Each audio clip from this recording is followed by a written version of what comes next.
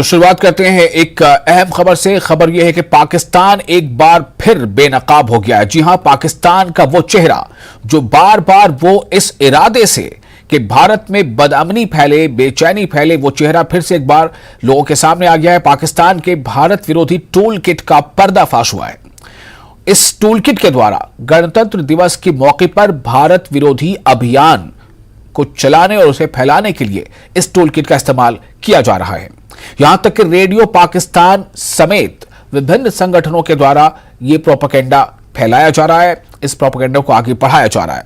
और कोशिश यही है कि गणतंत्र दिवस जो भारत में बहुत ही जोशो खरोश के साथ मनाया जाता है, न सिर्फ भारत में बल्कि पूरी दुनिया में जहां भी कोई भारतीय रहता है, वो गणतंत्र दिवस हो या स्वतंत्रता दिवस हो, इसे बहुत ही जोशो खरोश के साथ मनाता है। तो इस खास मौके पर पाकिस्तान के जरिए यह कोशिश है कि किसी तरह से भारत में भी इस मौके पर बदअमनी या बेचैनी फैलाई जाए। और इसको लेकर कई ऐसे संगठन हैं जो सरहद के उस पार ज्यादा सरगर्म हैं, उसको लेकर भी ये तमाम चीजें मिलकर साथ चल रही हैं। कोशिश सिर्फ ये है कि गणतंत्र दिवस पर एक जो है एक नकारात्मकता जो वो फैलाई जाए। और आपको बता दें कि इस खास विषय पर हमारे साथ बातचीत करने के लिए कुछ मेहमान भी जुड़ रहे हैं। हमारे साथ हैं एडवोकेट आर.एस. पठानिया जो प्रवक्ता हैं बीजेपी के, हमारे साथ ब्रिगेडियर धीमान जुड़ रहे हैं जो डिफेंस एक्सपर्ट हैं, और साथ ही हमारे साथ में है डॉक्टर एस.पी. वैद जो एक्स-डीजीपी है जम्मू कश्मीर। Doctor S P. वैद, सबसे पहले मैं आपके पास आना चाहूंगा कि ये जो अब एक टूल किट का मामला सामने आ रहा है जिसमें गणतंत्र दिवस को लेकर कुछ गलत बातें फैलाई जा रही हैं पाकिस्तान की तरफ से, इस पर आप क्या कहेंगे?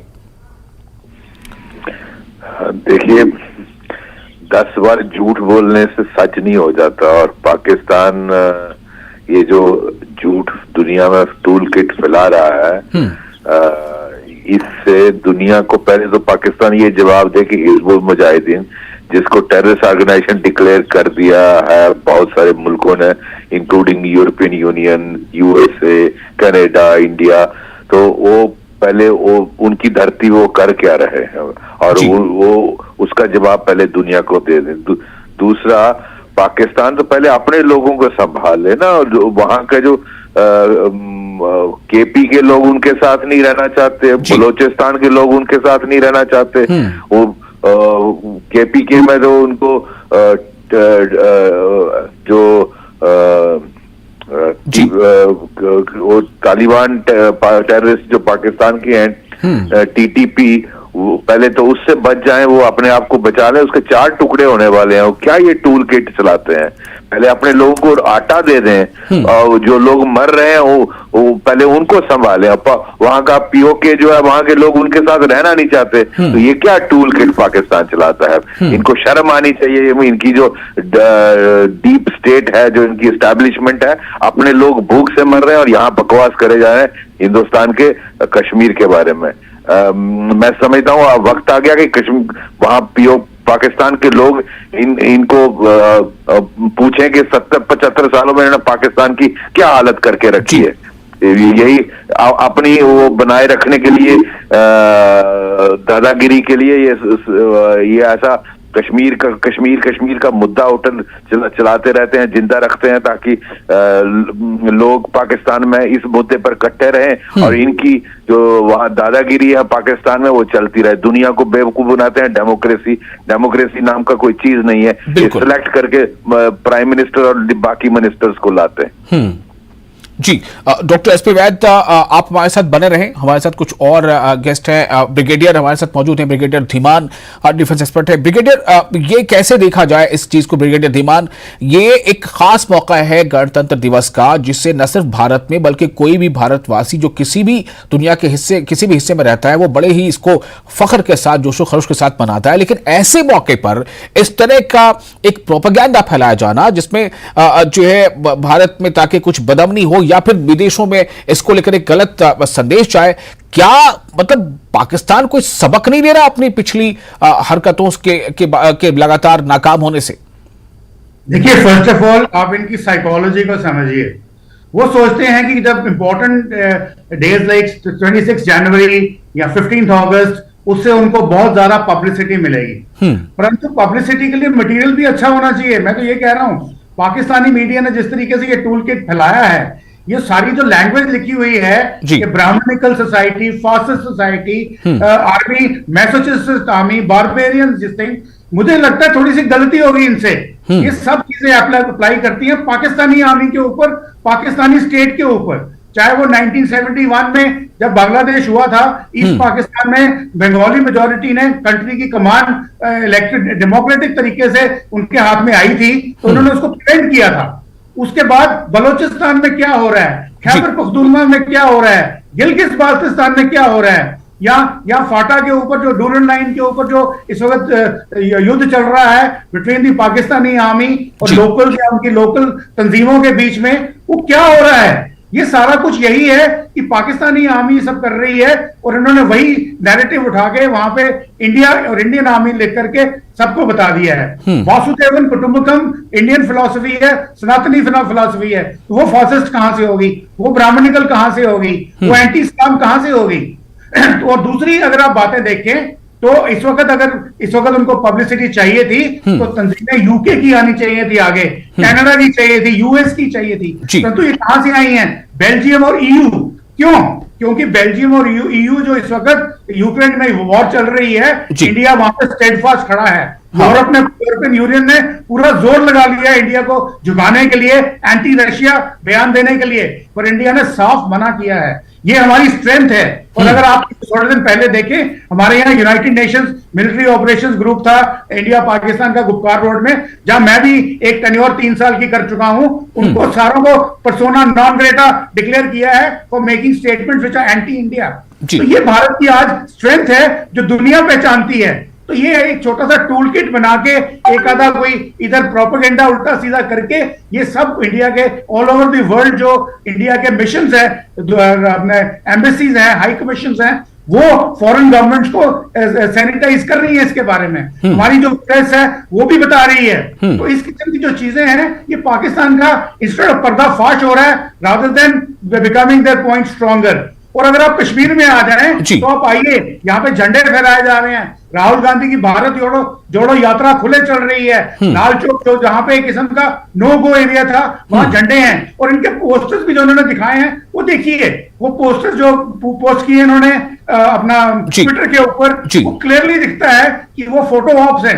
वो दिखाने के लिए फोटो खींच करके डाला हुआ है, उसका मतलब कोई नहीं है। जो मोस्टली मैक्सिमम पॉपुलेशन है जम्मू कश्मीर की, चाहे वो किसी भी धर्म की हो, वो सारी की सारी इंडिया के इंडियंस हैं और वो प्रो इंडियंस हैं और वो अपने आप को भारतीय मानते हैं। और उनको दिख रहा है कि हमारा फ्यूचर कहां पे है।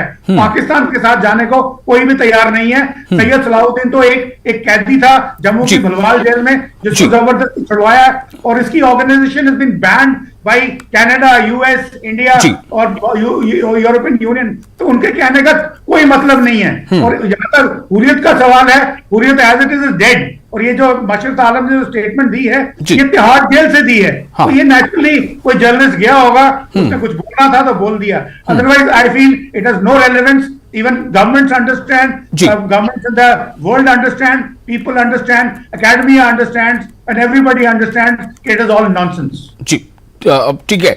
ब्रिगेडियर धीमान ने अपनी राय जाहिर की, इस पर हम रुख करेंगे डॉक्टर माफ कीजिएगा एडवोकेट आर.एस. पठानिया का। पठानिया साहब, ये जो है इस तरह की लगातार ऐसी कोशिशें होती रहती हैं, और लेकिन हासिल क्या होता है पाकिस्तान को? वो क्या चाहता है, क्या हासिल होता है? क्या एक ऐसे समय जबकि गणतंत्र दिवस को लेकर पूरे देश में जोशो खरोश है, तैयारियां हो रही हैं, और हर एक भारतीय चाहे वो दुनिया किसी भी हिस्से में हो, ऐसे मौके पर इस तरह का प्रोपेगेंडा, इस तरह का टूल किट, क्या ये जो है उसे शायद अब भी ऐसा लगता है कि वो इसमें कुछ कामयाब हासिल हो जाएगा?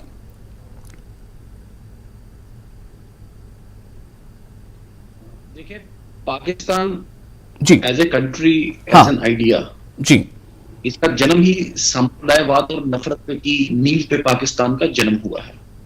तो जब आप नफरत ही बोएंगे तो हर तरफ आप नफरत ही फैलाएंगे। भारत के साथ 3 परोक्ष युद्ध, जिसे डायरेक्ट युद्ध पाकिस्तान लड़ चुका है, अब प्रॉक्सी वॉर जिसे कहते हैं एक, और प्रॉक्सी वॉर में मुझे लगता है एक जेन्युइन सलाह है कि जी,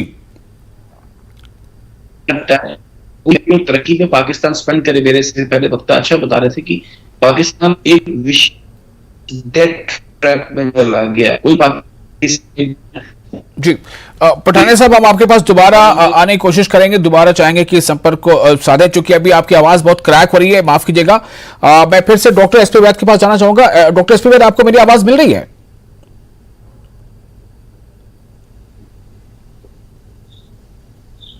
बिल्कुल क्लियर आवाज आ रही जी डॉक्टर एसपी वैद, इसमें जो कुछ संगठनों का नाम है, हिजबुल मुजाहिदीन और वो India's Republic day and marketers black day, इस तरह की चीजें उसमें जो है मेंशन है। जो ऑल पार्टी हुर्रियत कॉन्फ्रेंस जो है वो भी ऑर्गेनाइज करती है इस तरह की प्रोटेस्ट वगैरह, पहले करती थी, लेकिन अब तो मुझे लगता है कि काफी कुछ तब्दील हो चुका है। अब हालात बहुत हद तक बदले हुए हैं। तो इन बदले हुए हालात में अगर ये टूल किट जो है वो, चूंकि आज सोशल मीडिया का जमाना है, तो क्या दरअसल इसके पीछे एक एजेंडा क्या हो सकता है कि भले ही भारत में वो चीज ना हो रही हो, लेकिन आप जो है ऐसे टूल किट के जरिए से क्या आप भारत की छवि को जो है आप चाहते हैं कि प्रभावित हो दूसरे देशों में, और भी खासतौर से एक ऐसा समय जब ये G20 को भारत होस्ट करने जा रहा है, क्या है उसकी सोच इसके पीछे? जी ऐसा है, इनको बेसिकली क्या है कि भारत की G20 की जो प्रेसिडेंसी है वो बर्दाश्त हो नहीं रही। वो लग रहा है कि भारत कहां पहुंच गया, पूरी दुनिया के मोस्ट पावरफुल 20 कंट्रीज का अध्यक्ष बन गया और पूरी दुनिया को डायरेक्शन देने वाला। तो किस तरह से भारत को बदनाम किया जाए, किस तरह से ये टूल किट चला के भारत के खिलाफ दुष्प्रचार किया जाए, बस यही इनके पास औकात रही है। क्योंकि ऑन ग्राउंड तो हकीकत बदल नहीं सकते। अब वो आज वो वाली हकीकत नहीं है, कश्मीर में हुर्रियत की कोई एग्जिस्टेंस नहीं है। और हुर्रियत था भी क्या, इनका माउथ ब्लडी स्टूज था पाकिस्तान का, इनका पेड स्टूज था। और वो उनकी आज कोई औकात नहीं है, कोई जो कश्मीर में लोग उनकी कोई सुनते नहीं है। और हुर्रियत नाम की आज कोई एग्जिस्टेंस नहीं है।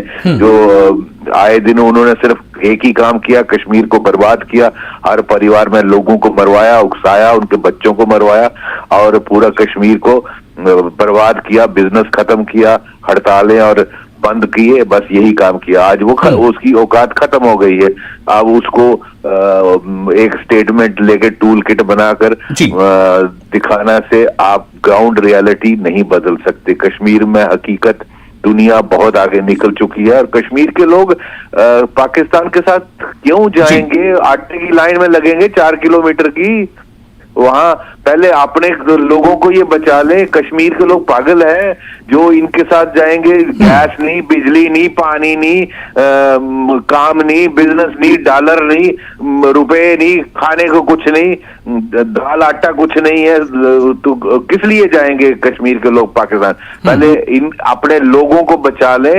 ये इसके 4 टुकड़े होने वाले हैं। KPK इनके साथ नहीं रहना चाहता, गिलगित बाल्टिस्तान इनके साथ नहीं रहना, POK नहीं रहना चाहता, वो क्या नाम है उसका, क्या बोलते हैं, अब सिंध इनके साथ नहीं रहना चाहता। तो इनकी हालत इतनी खराब है। पहले अपने लोगों को बचा। इतने बेवकूफ दुनिया, इन्होंने अपने कंट्री की हालत क्या कर दी भाई। मुझे पाकिस्तानी जो आम आदमी है उन पर तरस आता है कि वो उनको किस तरह ये चूरन खिलाते हैं गजबे हिंद का और कश्मीर का, ताकि इनकी वो जो पोजीशन ऑफ पावर है वो बनी रखे, इनका बिजनेस एस्टेब्लिशमेंट बना रखे। ये ड्यूल सिटीजनशिप पाकिस्तान में उसका फायदा लेते हैं, करोड़ों रुपए डॉलर्स बनाते हैं और अपने बच्चों को अमेरिका में, कनाडा में और UK में और बाकी दुबई में प्रॉपर्टीज लेते हैं। इन्होंने पूरा पाकिस्तान बर्बाद कर दिया। वहां आम आदमी की हालत इतनी खराब है। वहां के लोग आज इनको सवाल कर रहे हैं कि आप जो एस्टैब्लिशमेंट है 75 सालों में सारा कुछ इतना का डिसाइड किया, आज आपने हमारे मुल्क को कहां लाया? तो आज आके लोगों को इकट्ठे करने का एक ही तरीका है कि वो उनको चूरन दो कश्मीर का। और उनको ये दो लाहौरी चूरन कश्मीर का दीजिए और दूसरा ये दीजिए गजबा हिंद का, तो पूरी पूरी पूरी सोसाइटी बर्बाद कर दी इन्होंने। जी ठीक है डॉक्टर एसपी वैद, मैं फिर आपके पास आता हूँ। आर.एस. पठानिया, मुझे लगता है कि शायद संपर्क जुड़ गया है ठीक से। पठानिया जी, आपको मेरी आवाज मिल रही है? जी बिल्कुल, आपकी आवाज प्रॉपर आ रही है। जी, ये एक सवाल मैं जानना चाहूँ, एक तो ये कि ओवरऑल आप इस पर अपनी प्रतिक्रिया दे दीजिएगा, जो कि पहली बार में आपसे बात ठीक से हो नहीं पाई थी। दूसरा ये कि बेल्जियम बेस्ड जो कश्मीर काउंसिल यूरोप है, उसने प्लान किया है कि वो EU फॉरेन मिनिस्टर के सामने जो है वो रिपब्लिक डे को ब्लैक डे के तौर पर मार्क करेगा। मतलब इंडिया की को लेकर दूसरे जगहों पर विदेशों में इस तरह की प्लानिंग, तो क्या ये इसमें आपको लगता है कि ये बिल्कुल एक जो है नकारात्मक ये चीजें हैं और इसका कोई सार्थक प्रयास, ये सार्थक मतलब कोई नतीजा नहीं निकलने वाला है, लेकिन फिर भी ये इसमें सपोर्ट जो अगर पाकिस्तान का है तो वो आखिर ये कर क्यों रहा है? देखिए, पाकिस्तान, मैंने पहले भी कह रहा था कि पाकिस्तान बतौर कंट्री, बतौर मुल्क, इसका जन्म ही एक नफरत और जिसे कहते हैं सांप्रदायवाद के एक इसके बैकड्रॉप में हुआ है। तो जब नफरत पे ही ये मुल्क बना है तो ये नफरत ही लोगों को सिखाएंगे। लेकिन मेरे से पहले वक्ता बता रहे थे जैसे कि आटा इनके पास नहीं, एक बहुत बड़े एक डेप्ट ट्रैप में पाकिस्तान बार बार दिन ब दिन धंसता जा रहा है। ह्यूमन राइट्स नहीं, डेमोक्रेसी कोई नहीं, सरकार का कोई पता नहीं चलता कब मिलिट्री रूलर आ जाता है, कब एक टूटती है, कब दूसरी बनती है, कब तीसरी बनती है उसमें।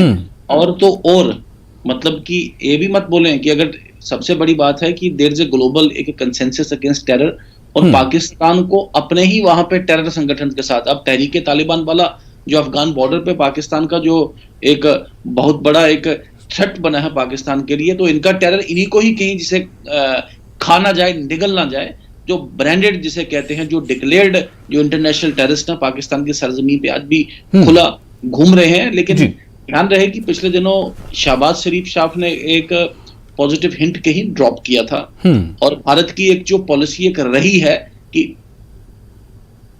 जी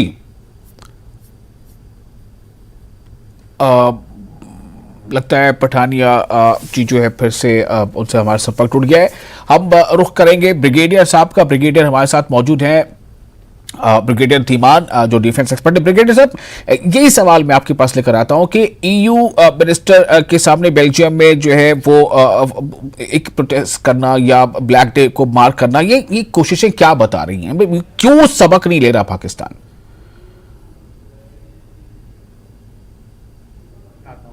EU has an axe to grind with India, क्योंकि हमने यूक्रेन पे उनका सपोर्ट नहीं किया है। परंतु मैं आपको यकीन के साथ कह सकता हूं, कल के दिन अगर EU का फॉरेन मिनिस्टर कोई स्टेटमेंट देता है pro militants, it will not happen. Pro terrorist, pro Pakistan statement नहीं देगा। ये सिर्फ सिमेंटिक्स हैं इंडिया को बताने के लिए कि आप हमारे अगेंस्ट हैं, परंतु उनमें भी इतना दम नहीं है कि वो ओपनली एक ओपन प्लेटफॉर्म पे आके एंटी इंडिया बात करें। ये मैं यकीन के साथ कह सकता हूं, और कल आप इसको कंफर्म कर लीजिएगा।